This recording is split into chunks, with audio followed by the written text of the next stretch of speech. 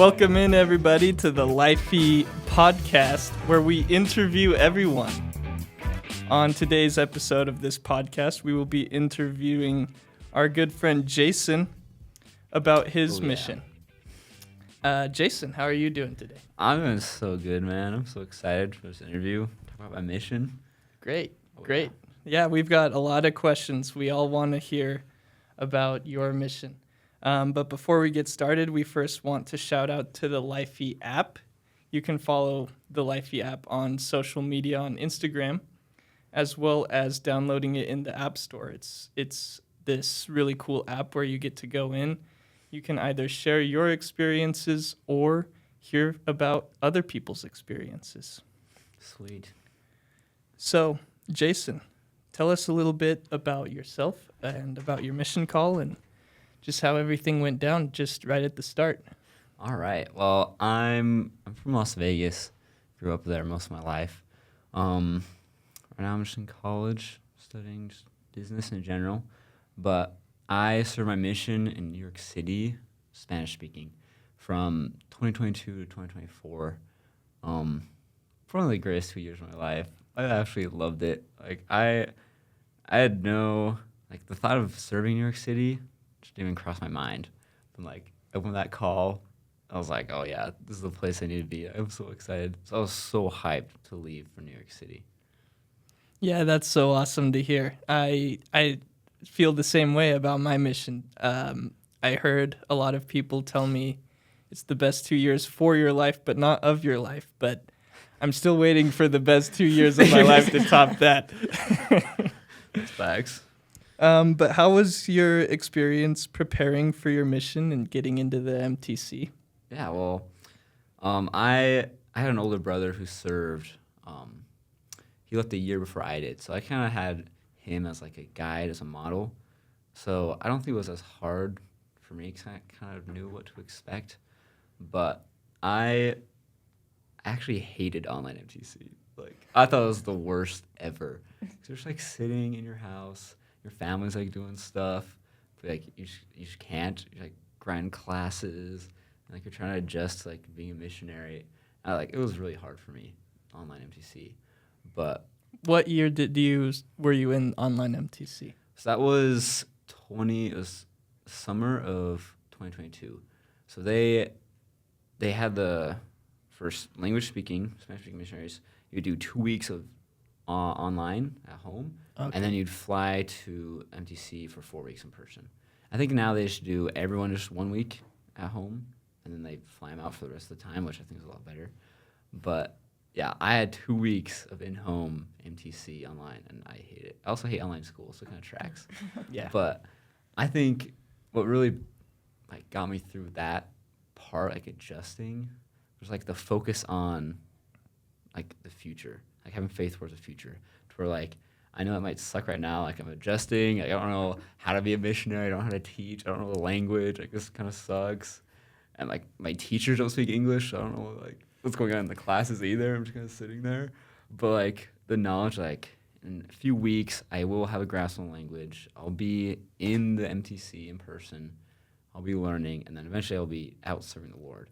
Just that focus kept me going and gave me the strength and the excitement to really get through in-home MTC and eventually get to the Mexico City MTC, which I thought was the best ever. I was going to ask, how was the Mexico MTC? Oh, it was so awesome. I think, personal opinion, way better than Pro MTC. Might be a hot take. But it was so weird thinking that I was in another country.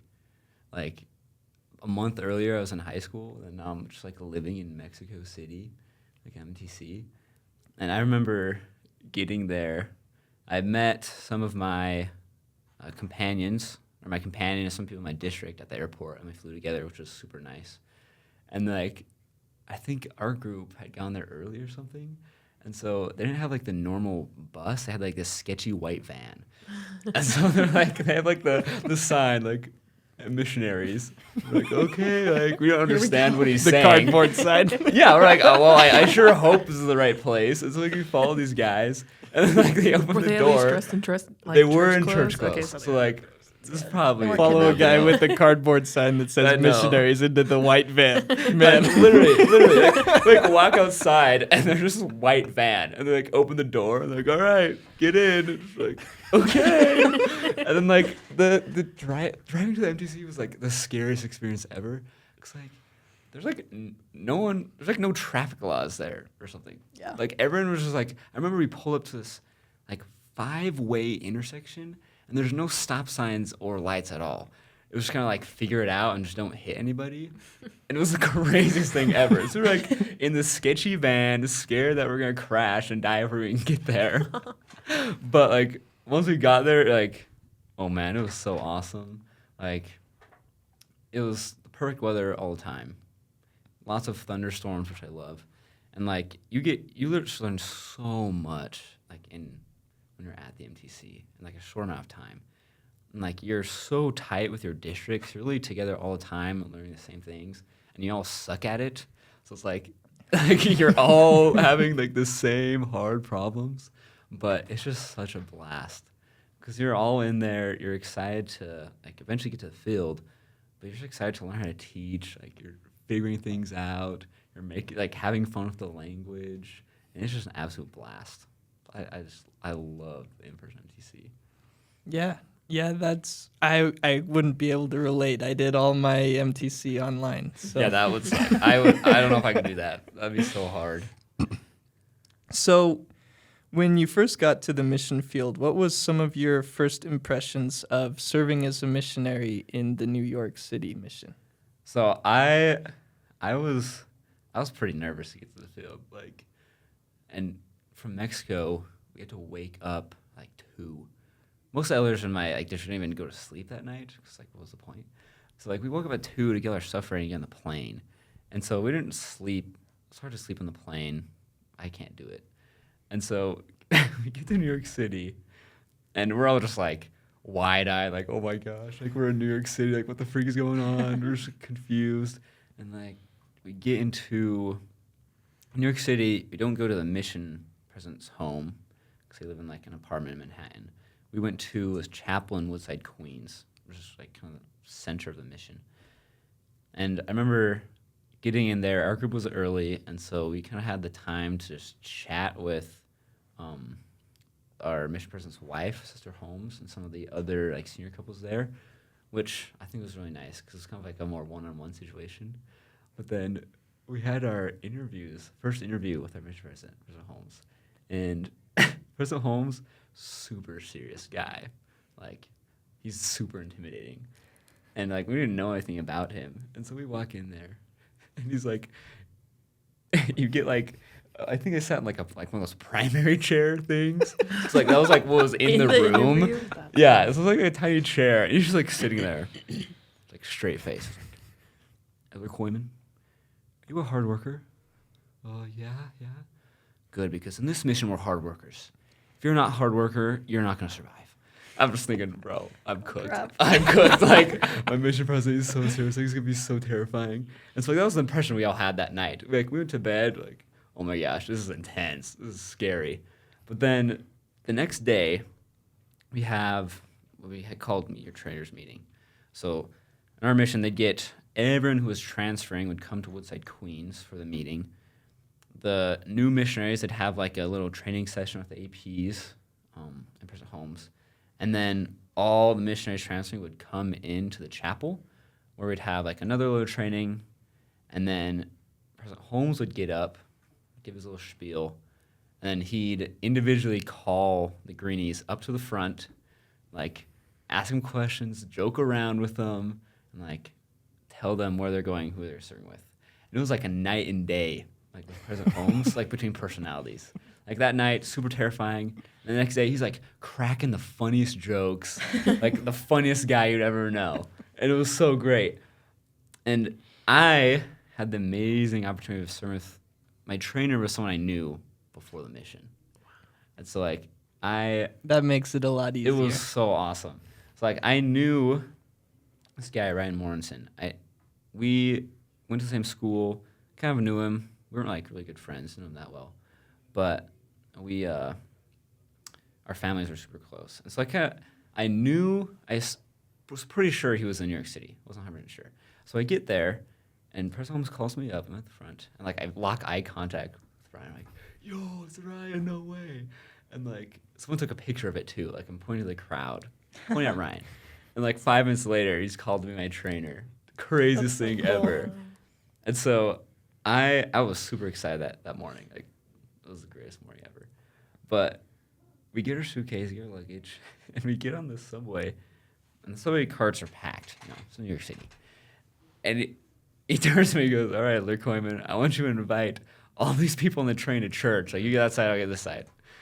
I'm like, "Whoa, what the freak?" Like, I got my luggage, and I was terrified, bro. Like, what are we doing? It's like, we're getting to it. I know. Like, I'm like, I'll watch the luggage. Like, you go get him first. And then I'll get him.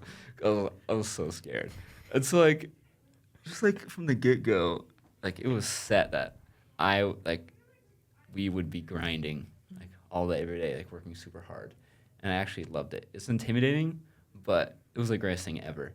And, like, getting to our sketchy little dingy apartment, like, right off the J train in Brooklyn, like, it was such a surreal experience. Like, it took me a few months to fully grasp that I was actually in New York City and, like, speaking Spanish to people just on the street randomly. Craziest thing to me. But I loved it. I actually loved my training. It was definitely a roller coaster. Learned a lot of things in my training, and a lot of them the hard way. But my first impressions, I think were super positive. Super nerve-wracking, but, like, it got me super excited. Yeah, I bet that I was just thinking about that culture of hard work that your mission president and your trainer were setting right from the get-go. And even though it was sort of intimidating from your mission president, it probably made your training go a lot smoother because, like, I knew a lot of missionaries who they got some trainers that didn't work as hard and they struggled with a lot of homesickness. So I bet that your experience having a trainer that worked you hard, even though it was probably tiring and it was tiring a lot of times, it probably made your adjustment into the mission field a lot smoother because, like you said, you didn't even realize you were in New York City 100%. for a while. Oh yeah, like if you're working hard and like trying to fulfill your missionary purpose every second of every day, like there's no time to be homesick. Like you're focused on the people and bringing joy to their lives, and so like the joy of spreading the gospel completely overshadows like homesickness. Like the first few months, like I had tons of anxiety like during training, but I found that like the moment of the day when I had no anxiety and I was like super happy was when I was on the street talking to people. And, like it was this weird thing because I hated it because I was like super scared of like talking to people in Spanish. I didn't know what I was saying. I didn't know what they were saying, but like I loved it at the same time because I felt so much joy because I was out there working hard, trying my best to bring the gospel to other people's lives, talking about Jesus Christ, like opening the scriptures with them, and like just seeing the joy and light that enters their lives. Even if it's just like they're not interested in coming to church, but like you share scripture with them, like that's huge. It's so awesome. So like I 100% agree with that. Like you gotta get in there and just work your butt off, and it is tiring. It kind of sucks in the beginning, but like you learn to love it, and it's the greatest thing ever. And how was that learning curve when you were trying to learn to speak to people in Spanish? It was slow at first, but like it's this weird thing where one day you kind of just wake up and you realize you just can speak the language. It's super weird, but like I remember like certain points where I can pinpoint, oh yeah, like I'm getting better. Like the first time I shared a scripture in Spanish on my own, that was awesome. Like, dang, like I shared a scripture with that guy. That's crazy. No way. And like studying, like in language study, you get an hour of you're just like grinding, like in Spanish, I was grinding like conjugation, like learning the vocab, like you're writing down all the words you struggle with, like the lessons. And like my trainer would like give me sections of lessons to teach. Like I'm not gonna help you at all. Like when it comes to this point, like it's you. Like you just go for it. And like it was super scary. But like the gift of tongues is so real. Because, like, you don't know what you're going to say beforehand, but then, like, the moment comes and you can't just, like, suddenly know how to explain in Spanish. That's so Like, cool. I remember in one exchange, it was my first exchange where I was leading the area, and I was with an English elder. So they didn't speak any Spanish. And so it was literally like a one-man show the whole time. And we had a lesson that day. I was terrified. But I somehow managed to teach the entire first lesson by myself. It was probably garbage. Like, it wasn't very good. But you did it. I did it. And, like, the dude, I'm sure, I don't know what he was thinking, because my Spanish wasn't good. But, like, I know he understood some things. He understood baptism, understood, like, basic principles, which I think is such a testament to the gift of tongues, because ain't no way I'm doing that, like, without the Spirit, bro. Yeah. That was, like, it was crazy. And once you, like, just send it and get over that hump, like, I was so happy after that. Like, my trainer come back there, I'm like, yo, Eleanor's like, I taught that guy by myself, like, in Spanish. It was so awesome. And then just it gets faster and faster from there. Like, eventually, you just, like I said, you just wake up and you can understand everybody, you can speak to everybody, and, like, you're kind of learning, like, the more finer vocab and details, like grammar and stuff. And that's when it gets super fun, because you can just, like, homie people up on the street, like, another language, and, like, you start learning, especially in New York City, like, there's so many different cultures, and there's people from so many different countries, especially South America. You start to learn, like, phrases they use a lot, words they like to use, like, the food they love. And so I would always ask people, like, first thing, oh, where are you from? And, like, depending on where they're from, I'd always have certain things I'd say that would just make them crack up laughing. Like, it was so funny, like, every time without fail. And it was just so much fun, because you gain, like, this connection with people, learn about their culture. They're excited because, like, this white gringo kid, it just, like, knows all the stuff about their country. It's, like, the greatest thing ever to him. And then you just, like, boom, him with the gospel. Oh, it's so awesome.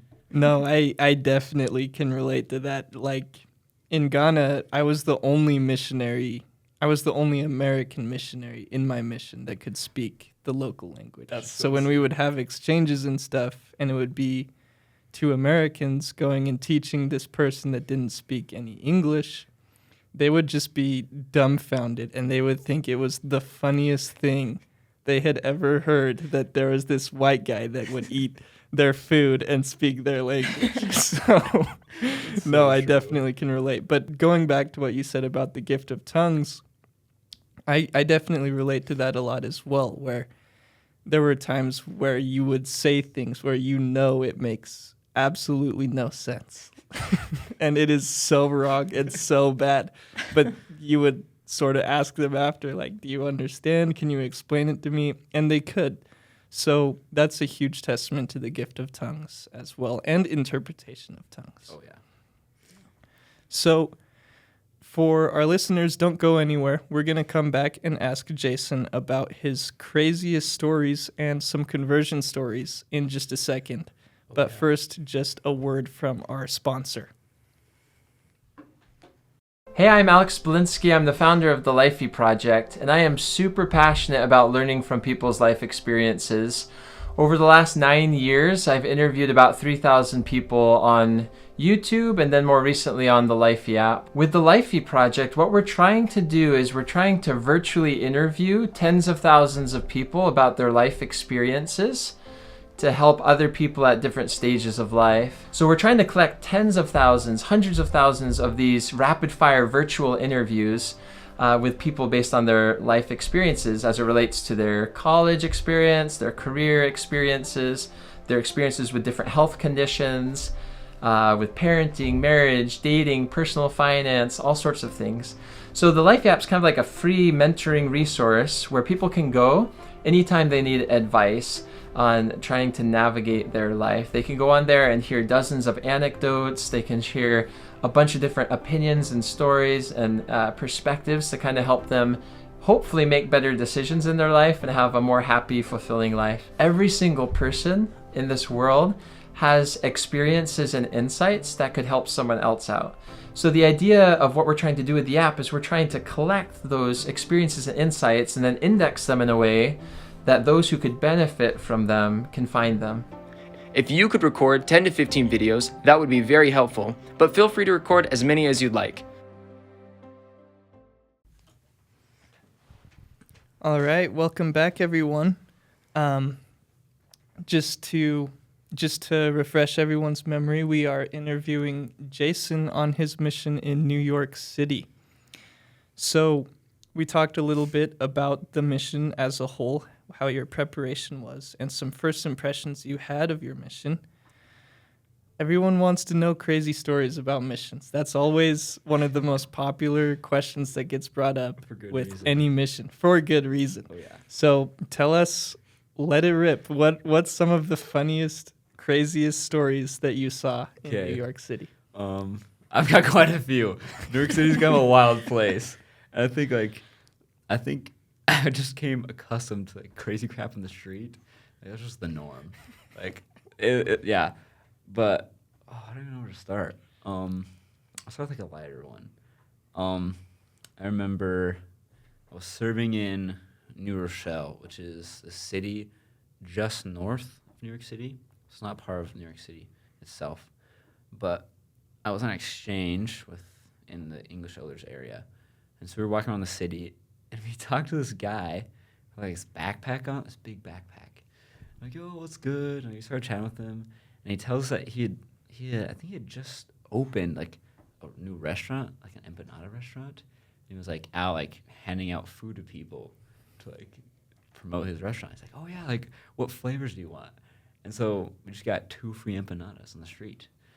And then about like 5 minutes later, we're eating our empanadas, and I talked to this guy from the DR who was like a shoe shiner. That's what he does. He's like, oh, like, let me shine your shoes, like, right now for free. I'm like, no, bro, like, it's okay. Like, I don't want you, like I don't want to bother you that much. Like, no, it's okay. So I'm like, all right, yeah, I'm not going to deny a free shoe shining. And this guy was super cool, loving him to death. But he shined my shoes. I'm eating this free empanada.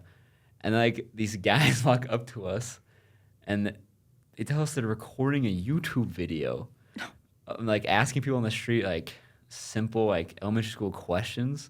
It's like, oh, like, you guys want to, like, join? I'm like, sure. And so they get this, like, this dude's asking me questions for a YouTube video while I'm eating this free empanada, and this dude's shining my shoes for free. It was, like, the craziest set of circumstances ever.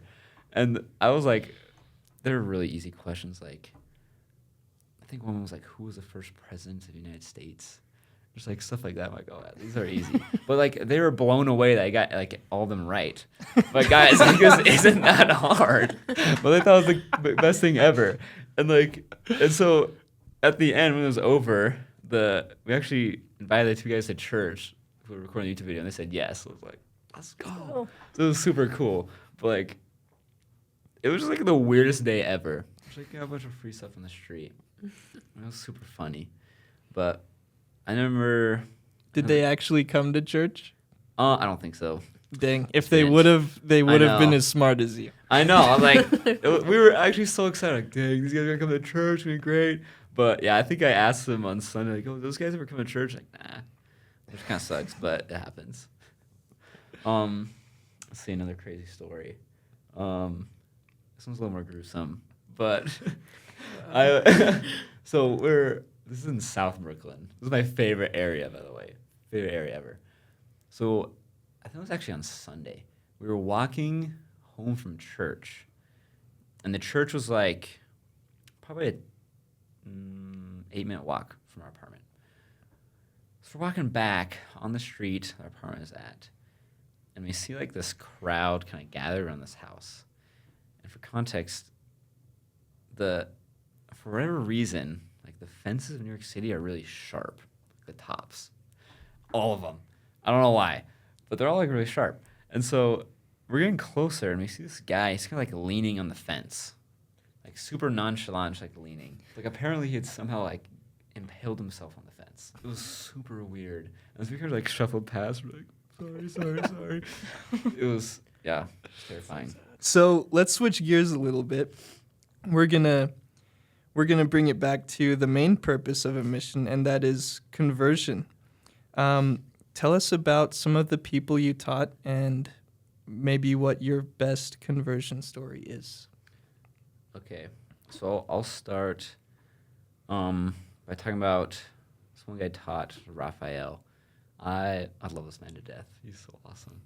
So when I had gotten to the mission, my trainer told me that like all the missionaries before him had found someone their first full day who got baptized. I don't know if that was true or not, but that's what he told me, and so I ran with it. And so we didn't realize this until after Raphael was baptized. But my first full day in the mission, I talked to him on the train. And Spanish was his first language, but he also spoke English. Is this when you had your luggage? No, this was after. Okay. Yeah, so I didn't have my luggage. Luckily, that would have been Wasn't awkward. as nervous then. Yeah, I wasn't as nervous, and he spoke English, so I was like, "Oh, sweet." Spoke English, but would prefer to go to Spanish church. Perfect situation. Yeah, for Greeny, yeah. And so I remember he came. He didn't even make it to church the first Sunday. He came like 5 minutes after it ended. And we're just like, At least he yeah. showed up. At least he I know, came. but he was like so wholesome. And he was like super excited. So we taught him the first lesson, and he just loved it. And so he progressed so fast. Like we baptized him, I think like 2.5 weeks after I had found him. And he was 17 at the time, and so we needed to get parent permission. But his mom was a single mom with Raphael, and I think she had like a 3-year-old son. And she was working all the time, super busy. And she loved the fact that Raphael was going to church and stuff, but she just didn't have time. And so we didn't know how we would get the signature from her because he was just super busy. And so we were praying about it. And one day, we're walking on the street where we usually like go finding, and we see Raphael and his mom just on the street. We'd never seen them before, never saw them after. Like crazy stuff. It's like, yo, like, no way, like, how are you guys? Chat him up. And she's like, yeah, like, I'm super down for him to get baptized. So we were able to sign the form right there. And she was able to get work off to come to his baptism too, which was crazy. Wow. Super awesome experience. And so me and Raphael, we kept in touch. We're still in touch right now. We text all the time. But it was so awesome watching his journey from, like, not knowing much about the gospel at all, learning about the gospel, being baptized, and like continuing to learn about the gospel to the point where he is like about ready to submit his own mission papers and go on a mission.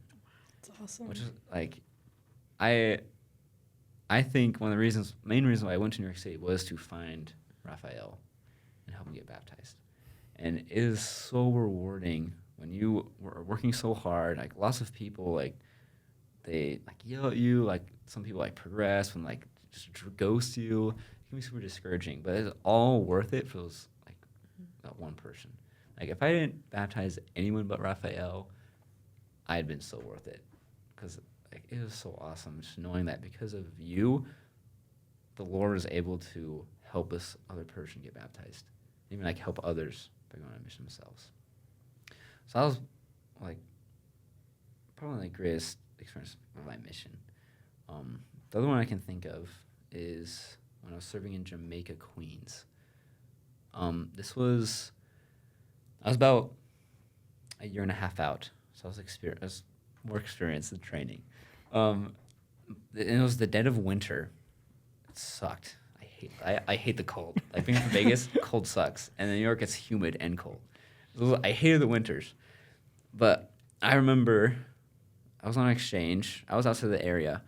But in our area, there was like a greenie who was with my companion.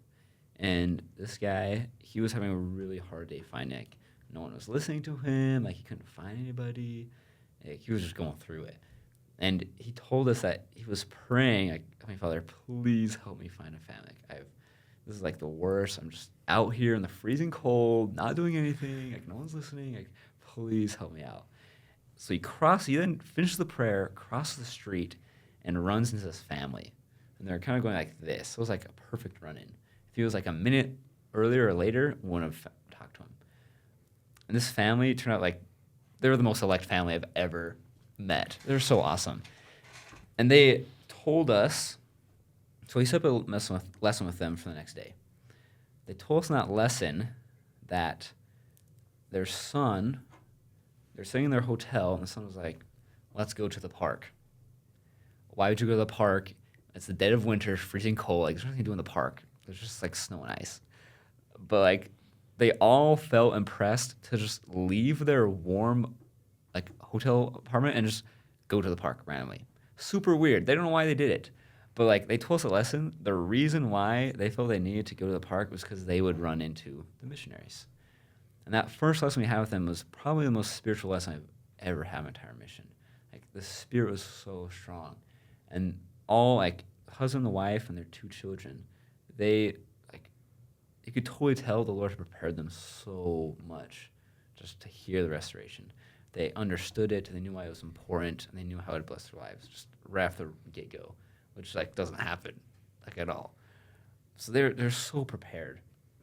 And so we were able to baptize the kids like 2.5 weeks later, like 3 weeks later. But the parents, they weren't legally married yet. And it can be, getting married in New York City is really easy if you have like an ID. But they're from Venezuela and didn't have an ID yet. And like that process takes us a long time to get. And so I was thinking like I wouldn't be able to see these guys getting baptized. Like I'd be long gone. But they told us like, hey, we want you guys to pray for us every day so we can get our IDs, so we can get married and baptized. Because that's what they wanted. And so we started praying for them every day. Like, Heavenly Father, please help them get their IDs so they can get married and baptized. Because we know like they really want this. I think about like 2 weeks after that, we're on the street and the dad calls us. He's like super excited. He's like, guys, you will not believe what just happened today. Like we got our IDs. Like ahead of everybody, just randomly. They just pulled us in and gave us our IDs. Like that doesn't happen. That is absolutely bonkers insane. And so we're like, yo, okay, like pull up to the church, like we'll set up everything. So we set up their marriage appointment.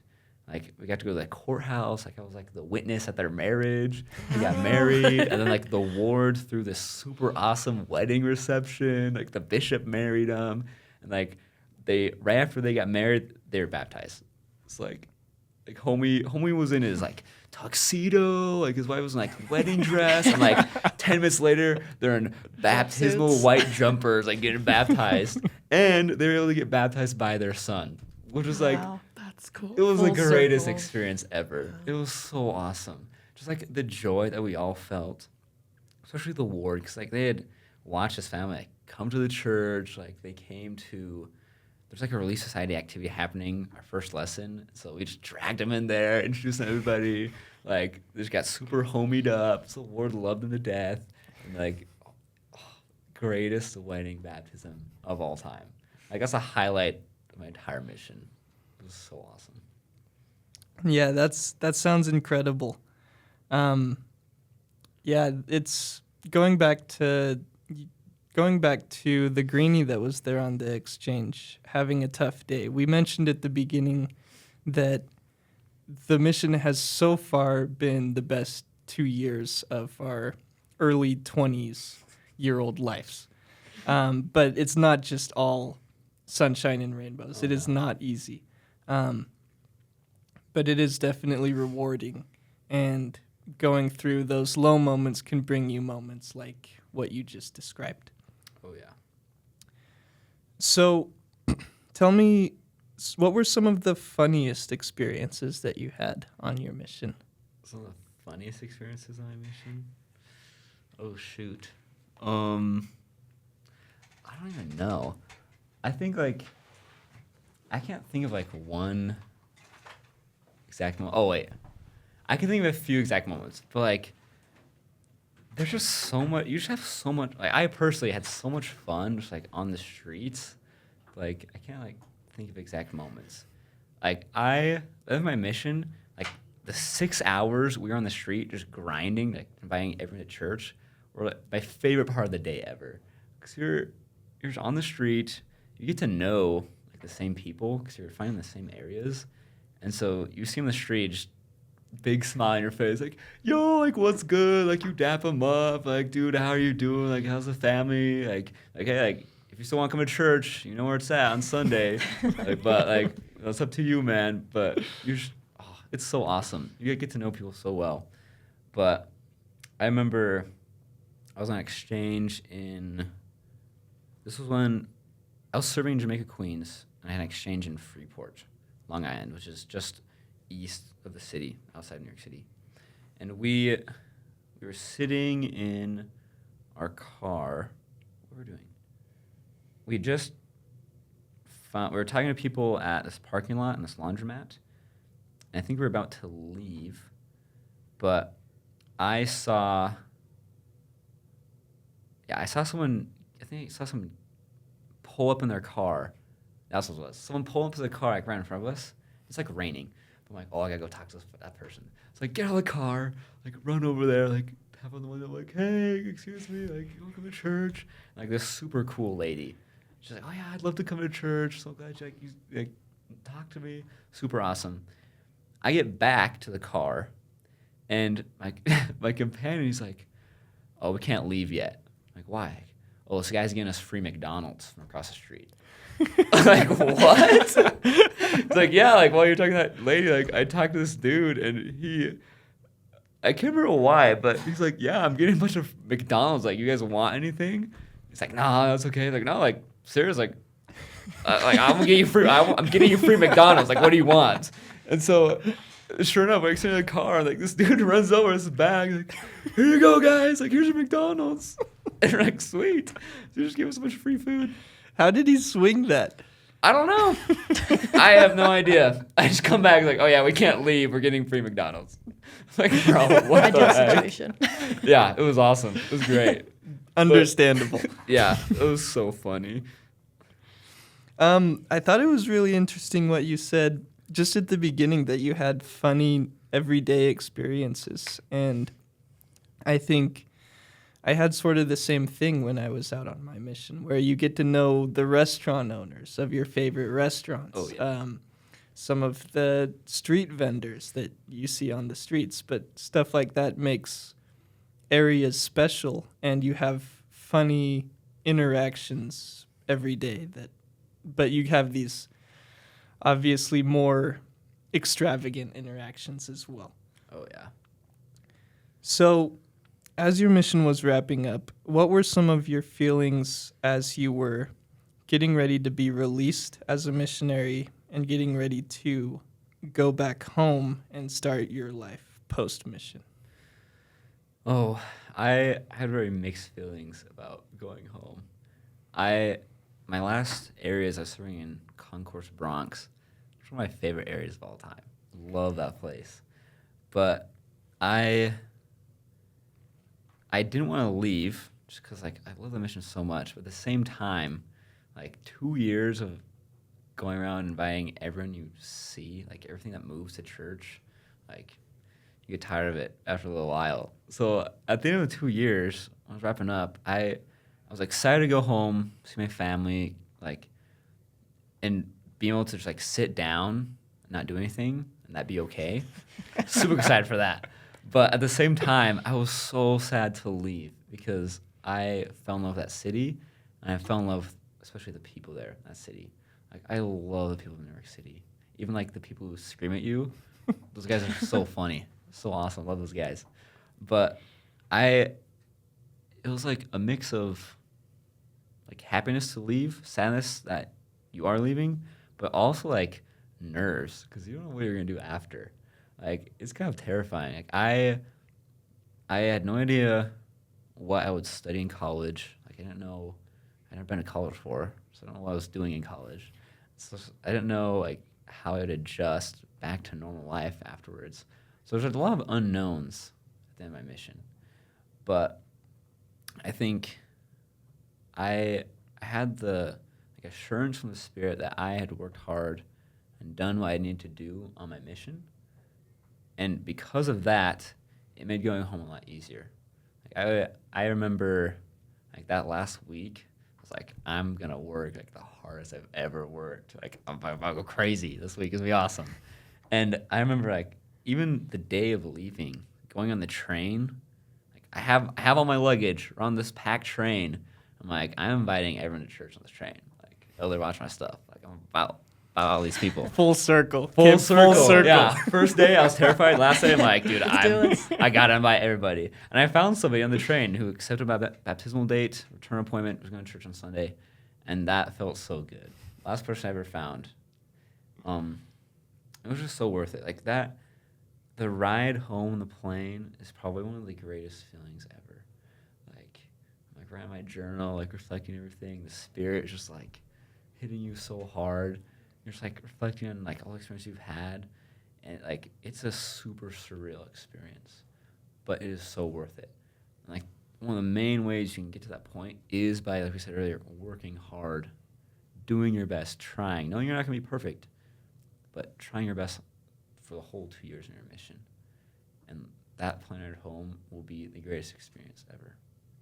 Yeah, definitely agree. My plane ride home was a little different. I didn't want to go home at all because I loved my mission so much. But definitely looking back now, I feel a great deal of fulfillment from those 2 years. And it sounds like you have the same thing as well. And also, I think it's really interesting that last story you told about how you found a person on that train who accepted a baptismal date in a church invitation, and it just shows the personal growth that you went through over those last 2 years. You were adamant about doing it instead of being pushed by someone else to do it, and I'm sure that that showed up while you were speaking to the people on the train. Yep. So true. All right. Well, everyone, thank you for joining us on this episode of the Lifey podcast. We'll be back probably next week. Probably. Next Thursday. Oh, yeah. And we have a lot more interviews coming. So check out the Lifey app and come back and watch our future episodes. Thank you, everyone. Oh, yeah. Sweet.